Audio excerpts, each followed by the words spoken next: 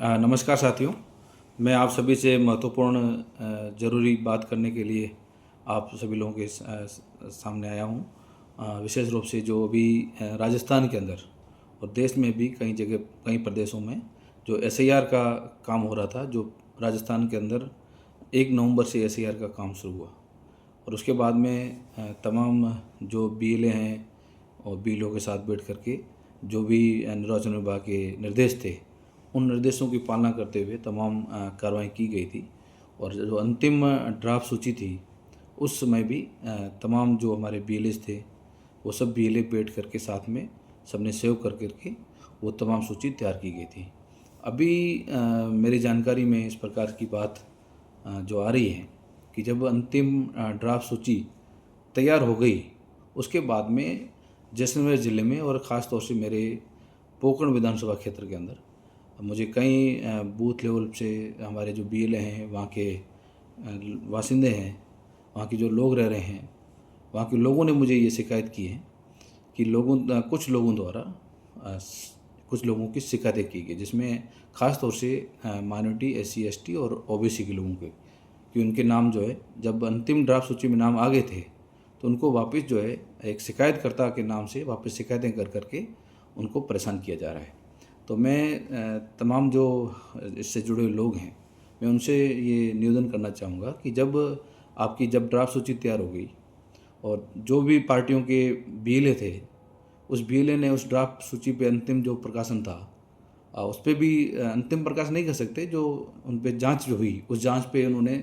Sign भी किए। Signature होने के बाद में अभी 2 दिन पहले इस प्रकार की शिकायतें कर करके और लोगों को टारगेट किया जा रहा है। और यदि इस प्रकार से झूठी शिकायतें जो करते हैं और झूठी शिकायतें करके लोगों को परेशान करते हैं, ये कहीं ना कहीं ठीक नहीं है। क्योंकि मुझे कुछ ग्राम पंचायतों और गांव के लोग, जो मौजूद लोग हैं, जो पदों पे सरपंच रहे हुए हैं, वो लगातार 3-3 बार सरपंच भी रहे हैं, वार्ड पंच भी रहे हैं, ऐसे लोगों के भी नाम काटे गए हैं कि इनकी भी कोई शिकायत की गई है। और जब कुछ जगह पर हमारे लोगों ने उस शिकायतकर्ता से संपर्क किया